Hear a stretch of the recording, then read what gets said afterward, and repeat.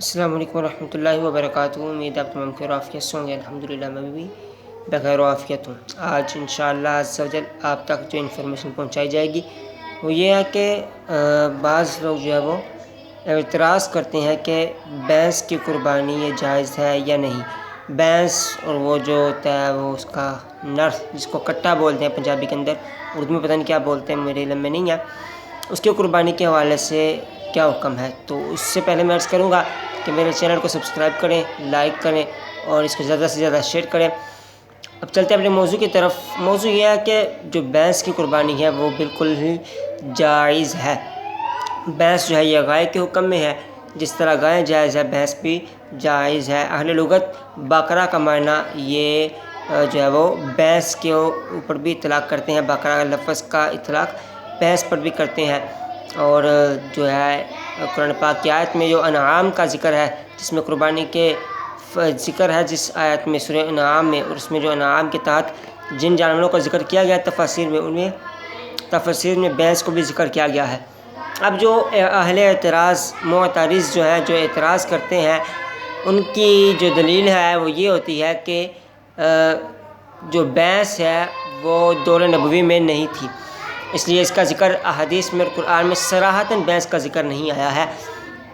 تو اب ان کو جواب یہ دیا جاتا ہے کہ اہل عرب میں جو عرب ہے اس کے اندر بھینس جو ہے وہ نہیں پائی جاتی، اس لیے آثار صحابہ اور حضور نبی کریم صلی اللہ تعالیٰ علیہ وآلہ وسلم میں بھینس کے آثار میں اور ان کے ادوار میں بھینس جو ہے وہ اس کا ذکر قرآن و حدیث میں نہیں ہے۔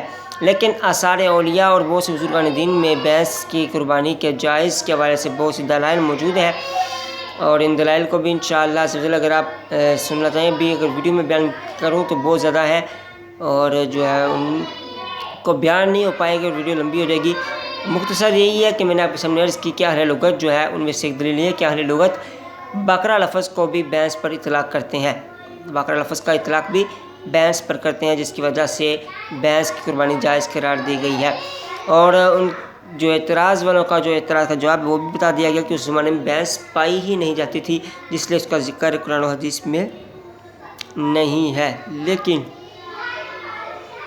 نہیں ہے، ٹھیک ہے، اور اس لیے بھینس بالکل جائز ہے۔ اور امام اعظم ابو حنیفہ نے اس پر جو ہے قیاس کیا اور یہ اس کو جائز قرار دیا، اور انہوں نے بالکل گائے پر اس کو قیاس کرتے ہوئے کہا کہ جس طرح گائے جو ہے گھاس کھاتی ہے، اس طرح بھینس بھی گھاس کھاتی ہے۔